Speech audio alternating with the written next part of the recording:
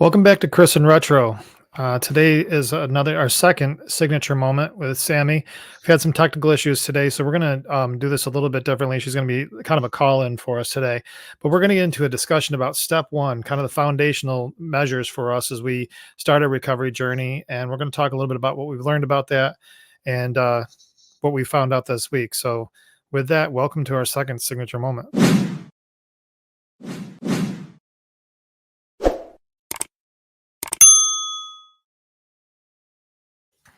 All right, Sam, we're going to do the call in. Are you there? Yes, I'm here.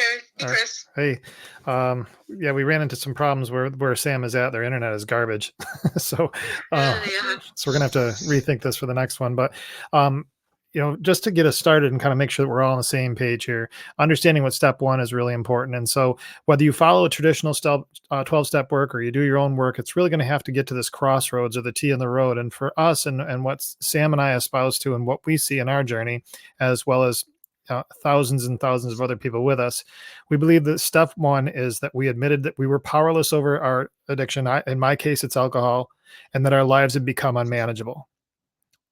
We became powerless and our lives became unmanageable. If we don't start there, really where are we headed with it? I mean, it's really not going to work out so well after that.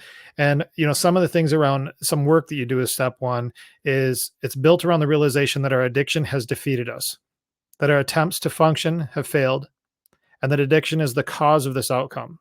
Therefore, our questions at this stage will focus on how we are defeated by what our lives look like as a result. So this is kind of where, when you're working the steps, there's work to it. And there's things you got to ask yourself and be honest with yourself. Sam, I guess as you've had a life of this stuff and been beaten up, but it seems like you're kind of in a different stage now than I've known you, and I've been with you for 5 years. What's brought you to step one? I mean, what I guess you know emotionally, psychologically. I mean, you think about things differently than I do, but what got you to step one? Yeah, I feel like step one is really important and it kind of seems simple, but it's not as simple as it seems, in my opinion. I always grew up with alcoholism in my family, and I went to Alateen as, a child. And I've heard a lot of people say that, I finally had to admit that I had a problem, or that I was an alcoholic, and it took me a while. Or I've heard people say that they came into the rooms and they were not like these people, and it took them a long time to finally admit that they're an alcoholic. It wasn't really the case with me. You know, I was just aware at a young age that I was a drug addict, and just from my history of being, knowing my mother and her problems and going to Alateen, so I was familiar with addiction. So I thought I understood step one from the very beginning, but I realized over trying to get better many times that I never fully accepted step one for what it was. Admitting complete defeat. And what does that look like? That looks like every single morning waking up and admitting that you are powerless and asking God for help, or however, whatever your higher power is. Right. So that's where I feel like I'm, finally understanding as I go through this multiple times. So you described something I don't think I've ever heard articulated before, but you were realizing that you're an addict. So there's a couple of realizations here that I hadn't thought of. I mean, even before step one. I mean, there comes this place that we eventually realize we're an addict, and that then eventually, hopefully, we get to the place that we realize our life is powerless and we have to stop. But you made a kind of like a pre-step one. First you recognize you're an addict. What you grew up around all these concepts. What made you think that you were an addict? Like, do you recall the point where you said, wow, I have a real problem here? And not to a point where you feel like life was unmanageable, but where did you just have this realization that I'm probably an addict? Probably just because I didn't want to feel anything at a young age. Like, I lost everything when I was 16, and I was just trying to get whatever drug I could get that I just didn't even care that I had a problem. I just knew I had a problem, and I didn't even care. Like, it was so much not caring that I knew I had a problem and I didn't care. Like, that's how much I lost I lost everything that I cared about, that I didn't care that I had a problem. If that makes sense. Right. Because I mean, one of the things that we have to explore in step one is just discovering, how, how we discovered our addiction. So you're saying it was just the emotional element of it, how you just didn't care. Yeah, yeah, I lost everything that I cared about at that point, and that I was looking for. I had no idea how to deal with my emotions, and then I found out that that was a pretty easy way to deal with it. Right. Unfortunately, Yeah. And I would say definitely, unfortunately. Um, yeah. you know, so you understood you're an addict going up through that thing. So now you're going down the road. Um, we've talked a little bit about in the past, your addiction story, but I guess, how do you feel when you had not engaged in addictive behavior, for a while? I mean, so I guess maybe more importantly, this time it just seems different for me with you. Like, I mean, you really are I've seen a substantial change in your thinking, how you respond. I mean, that's been a big thing, is like just how you respond to things. It's pretty remarkable, actually. How do you feel now that you're not engaged in active and addictive behavior? Or let's say use. I'm not sure about behavior yet. Yeah, that's something that you'll have to determine. Yeah, it's an interesting question. I was thinking about that. I feel like we have so much lack of power that God's the only thing that can help us when it comes to our addiction. But in letting go of our addiction and not using anymore, it's almost like the devil doesn't have a grip on us anymore, and it's almost like we can breathe again. So it's almost like getting your power back a little bit, where you can um, like have your life back a little bit, get a little stronger each day. Like you're not like desperate crawling on the floor. Like it's amazing where the addiction brings you to. Like it brings you to disturbing, dark places. And that's something you never have to be there again. So it takes away the power, that the grips of the devil that had over you. So that's one thing when you're not having those behaviors anymore. You're not in the grips of the devil anymore. Right. I think for, with me, I always felt like there was at least a more clarity. Mm-hmm. I've talked about my triggers. Actually, I just did this. We've talked about this a couple different times over the last few episodes, and one of the things that I notice is that I have more control over things. I'm not putting things off. It's a pretty substantial change for me, because I put anything off just because I just don't want to deal with it. Sometimes it's just aggravation. I just don't want to freaking deal with it. Um, so that's interesting to me that, kind of how I feel now and how abruptly it changes. I don't know for you. I mean, how has that been for you? Has it been more of like, was it an overtime type change, or do you really just feel like, okay, immediately once I get to a certain point and get beyond the sickness, do you feel that change immediately? And what do you think makes that change? What makes you feel that way versus times when you've gotten quote unquote clean and haven't felt that way? I think some of the things are abrupt. Like it's like procrastination is like it piles on top of each other. I feel like when I'm, using or even just somewhat using, even if it's like not an everyday thing, but it's a few days here and there. I Mhm. feel like I don't deserve a good life, so I'm just procrastinating. If I'm doing the right thing, then it is a abrupt, and then I start doing the right thing. Of course, as time goes on, you start doing the right thing every day, then you start to see real changes as time goes on. Right. Yeah. All right.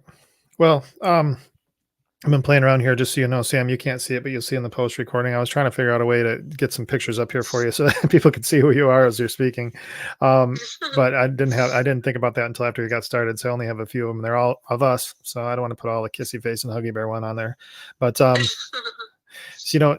I guess, for the thing that is, we're looking at step one, and for the audiences are looking in here too, I mean, there's some things that we really have to face in step one. I think the problem is that it seems so easy. we've admitted we're powerless. Well, it's kind of like, yeah, there's a lot of ways we have to admit we're powerless. One of those is in the back of a police car, another one's in a Yeah. hospital bed. These are all things that, like, for me, I became pretty darn aware that I was powerless because, several counties made sure I felt powerless in many different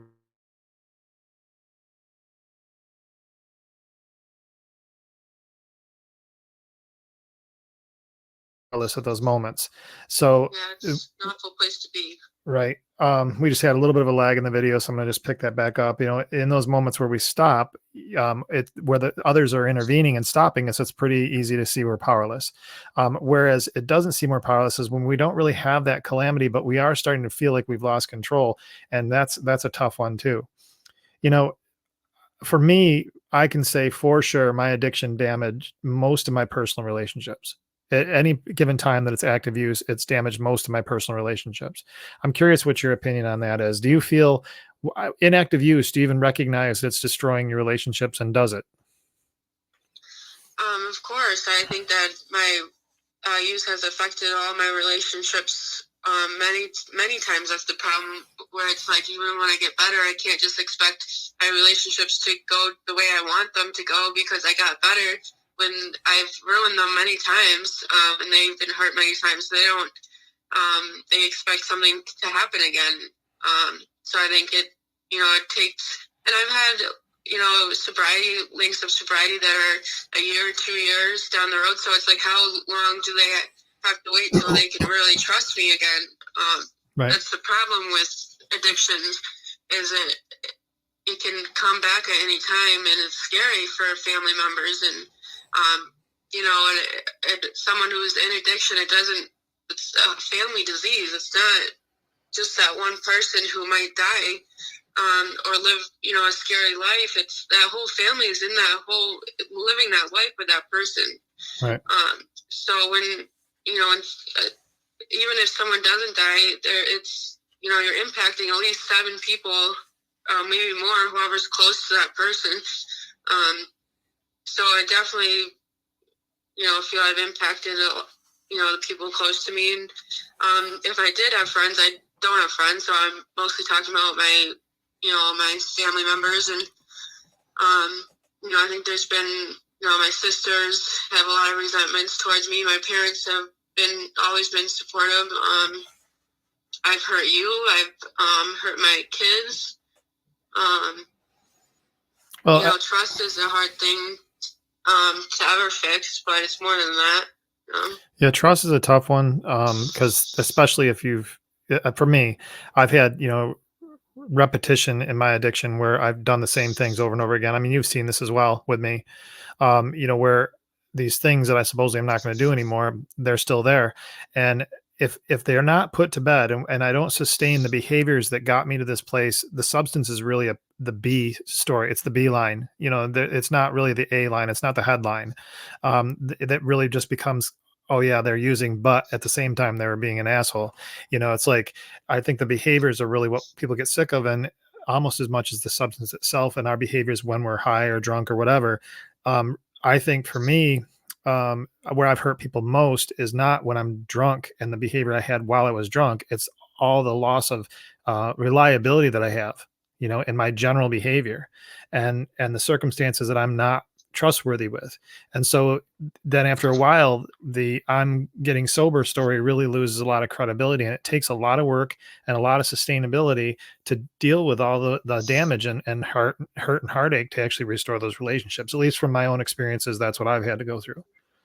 Yeah, you know absolutely. so um were there feelings that feelings that you had in bouts of engagement of addictive behavior? Were there any feelings that you were trying to mask? How did your behavior alter or influence those feelings? So it was yours, like I've said before on the show, and I've talked about, your circumstance a little bit, in that you're a trauma-based addict. I mean, it was trauma that really drove you there, and it's trauma that's really kept you there, and it's trauma that triggers you, and causes more issues for you. Whereas on my end, I think it was mental health issues, and the party got out of control. And so, it's a little different in terms of our basis, but, what were those feelings that you had in bouts of use and active use, and What were you how did it actually hide it? I mean, what are your realizations as you're now on this side of it? Well, I think as a young girl, I had emotions that I didn't even know what they were, let alone how to communicate them in a healthy way. Like I just know that all I knew is I didn't feel right, and I bottled them up, and I still bottle them up, as you know me now. Mhm. I didn't know what they were. I knew I didn't feel right. I bottled them up, and I wasn't even, you've seen how angry I get when I bottle things up now. I never got angry. When I was a kid, I just bottled it and bottled it and bottled it, and it never came out. It just things forever, and I just didn't feel right. And besides that, I was also, my father, a good communicator. I was a lot like him. I didn't know how to communicate, so I had no idea. Even though I did go to therapy, I didn't know how to communicate to tell these people like how to deal with these things that I didn't know how to explain. So really, I had no weight channels to deal with it, and then all of a sudden I lost the only way I was happy was my sports, and that was like a way to deal with emotions for me. I put all my energy into sports, and I could stop thinking about things that made me unhappy and sad when I was on the tennis court or skiing, and when I lost that dramatically, and then I lost a boyfriend that my first boyfriend and my best friend, all literally at the same time. I literally just got my hands on any drug possible, And and I didn't care. So it was. there were other circumstances there too that are pretty damaging, that happened as well. So, I mean, I think that that general point, I mean, I could see why you had all this pain you were trying to hide from. Yeah. So I feel like it's hard for kids who, I'm sure it's hard for parents who don't know how their kids are feeling if their kids don't know how to talk about it. Right. So I'm sure, for our teenagers, it's important to try to talk to them or see what's going on with them. Right. I Because think, for me, it happened really fast. So. and also with, the trauma basis for you is you have a delayed response. So like if you think through things, I mean, you have a tremendous communicator, but when you are put on the spot, you over process. So that also puts you at risk while you're using too of other damage and assaults and other things that can happen to you. One thing I've noticed is that, with active use, there's an unhealthy, or I think there's an unhealthy sense of, safety. Like I think it's just blind sense that you're safe, all the time. Like the environments that you've exposed yourself to, there's places that people would just absolutely not go casually, and you don't even think twice about it. And that's another outcome of it, where you've got to reorient yourself on what's safe and what's not safe. I mean, just the basics of life, with Right. addiction. And I think these are other areas where it's more so than just how are you dealing with things without your substance use, but it's also how are you living when this has been a predominant part of your life, and making sure you live the life you want going forward. I guess Right. I guess my question for you, as we're almost coming on 20 minutes here, and we wanted to try to keep these a little shorter. Um, you know, First of all, do you believe that you've come to that point where you felt like your life was unmanageable? Oh, absolutely. Yeah. I have definitely manipulated people that I'm not, I'm ashamed of. Um, I've, done things I'm ashamed of. I've been places I never thought I'd be at. And even with alcohol, which is, I haven't, just what I've had a problem with recently, it's unmanageable, to live a normal life like that. And I don't have the power to live. No, it's not. I need God's help to be able to get myself back to a life that I want to live, and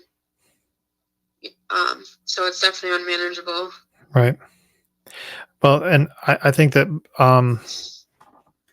my ability to manage basically life at all goes away with very little alcohol. At least that's been my own observation for me. So I can definitely feel you on that one. Um, So when you're this complicated, this undercomplicated, I guess, oversimplified statement, we've admitted we're powerless over our substance, in my case, alcohol, and that our lives have become unmanageable is actually pretty involved. It's not, we can't just skip over that.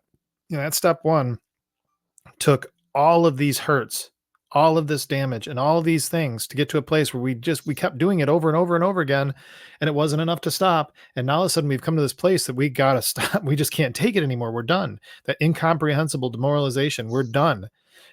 So step one is no minor thing. It's a few words that speaks of an extraordinary demarcation in somebody's life, where they once were and where they're headed. And many people go through this step one multiple times where they have reoccurrences and things like that. I think from in your observation of you, Sam, your mindset and your behaviors have changed in such a way I haven't seen you this way, in a good way. I mean, it came from a pretty awful place, and now where you're at right now is just I haven't seen you behave this way, and I'm encouraged by it for sure. Um, now, as we're getting to the end here, you said you had some thoughts that you wanted to share with the audience. I'm just curious what those are. Actually, I just thought that. if you don't mind, hold that thought. I forgot about this clip we had. So Oh yeah. doing it this way, I kind of got all over the place there with some things. So I apologize to the audience. It's a little clunky today, but we're doing the best we can. Last night, UFC 307, there was so many of us get here.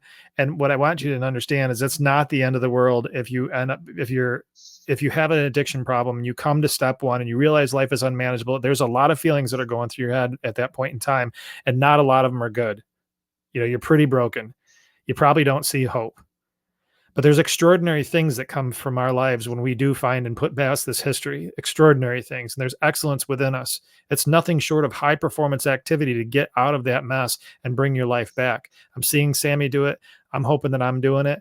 And at the same time, we've got a fighter last night in UFC 307 that won his first UFC fight after fighting for 15 years. And this is the post-fight interview I wanted to share with you guys.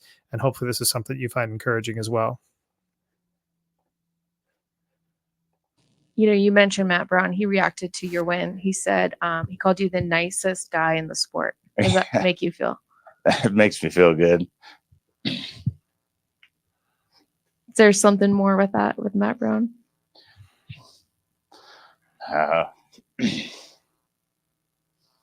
Just another guy that overcame adversity. Mm-hmm.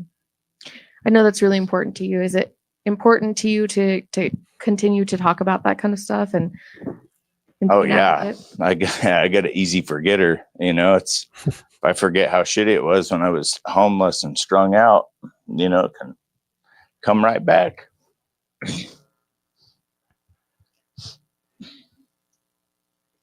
But I don't drink today. That's my biggest accomplishment in life, is that I didn't drink or use today. Not the big win. I wouldn't have any of this. I think it's a pretty remarkable comeback story. Obviously, I mean, he's fought, I think almost 30 fights, he's fought well over 20 some fights, and he ended up by having his first UFC win, which is the Premier League, obviously. And but yeah, to hear his story was pretty powerful. Sam, you and I watch an awful lot of these fights. I drag you to watch them. So I enjoy them. Yeah. So this guy's name was Court McGee. I'd never heard him before, but he's been fighting for 15 years, and he's got a pretty powerful recovery. And you can see his gratitude in his tears. He's obviously not sad. It was a great victory, but you can see his gratitude in his tears. It was a first round victory too. He didn't win it by the skin of his teeth. So anyway, that I thought was pretty powerful. But back to what we were going to, Sam. Some closing thoughts for the audience on this subject of step one and realizing your life is powerless and become unmanageable. So this was just in reference to a true story of a woman. She had almost killed herself and her children because she couldn't take the humiliation of living in poverty. It was right after her two sons got caught stealing 2 pencils from the grocery store. At this time, she and her husband owed the grocery store quite a bit of money. They were losing the home that they built with their own 2 hands, and she was hopeless, and she just snapped. One morning, she scared her daughter to death because she had turned on the gas in her home and blocked the windows. And as she was laying there with her daughter just waiting, she could have sworn that she heard music playing and someone singing. What a friend we have in Jesus, all our sins and griefs to bear. What a privilege to carry everything to God in prayer. Oh, what a peace we often forfeit. Oh, what a needless pain we bear, all because we do not carry everything to God in prayer. So she immediately turned the gas off at that point, and after that, things got better. She didn't lose the house, but they rented one, and she lived to see her sons marry, and they had she had beautiful grandchildren, and whenever she heard of someone thinking of killing themselves, she always thinks, or maybe says to them, I'm not sure, don't do it, don't do it. The blackest moments we live through can only last a little time, and then comes the future. So I just thought that was a nice story, and the prayer in in the middle of it was a good one, I thought, because, oh, what a needless pain we bear, all because we do not carry everything to God in prayer. Yeah, that is powerful. You do realize that's an old hymn. Yeah, it was a hymn that she heard. Yeah. Yeah, that's an old hymn. I remember growing up in a little Baptist church in the country. That was a song they played quite frequently.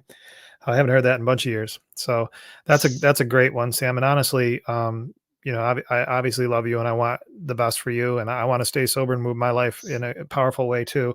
But I think that your advice is spot on, and the advice that you have and the experiences you have, I think, are going to be very relatable to a lot of people. So I really appreciate the work you're doing. I'm encouraged by what you're doing. I hope you are too. For the audience today, do you have evidence in your life that you're powerless? I mean, are you starting to feel like things are slipping? Even in moments, that's a pre-indication that things are not going well. Because they certainly, if you're still are going backwards, you're going backwards. You're not going forward. And substances slowly erode and steal. They're the greatest thief. And Sam actually is the one that introduced this concept to me. It's Satan's greatest masterpiece, right? Right. Yeah. Yeah. So this is something Sammy and I have talked about an awful lot. But if you're starting to feel like you're losing control over certain things, it's not just one thing. It's evidence of things to come. I would encourage you to find some way to get with somebody and see if you can find a path forward, and don't wait to the point when everything collapses, because it's really hard to move beyond that stage. I'm fortunate that I've been able to. I'm blessed that Sam is doing it. Our kids are going to actually benefit from the fact that both of us are able to do that, and we can hopefully help them steer clear of some of the struggles that we've experienced in life, in many cases by our own doing. Guys, I appreciate you tuning in. Please like and subscribe. Sammy and I are going to continue to do signature moments, and hopefully we'll work out some of the technology issues next time. But until we talk again, I'm going to do every single thing I can do to stay out of trouble, and I hope you do too.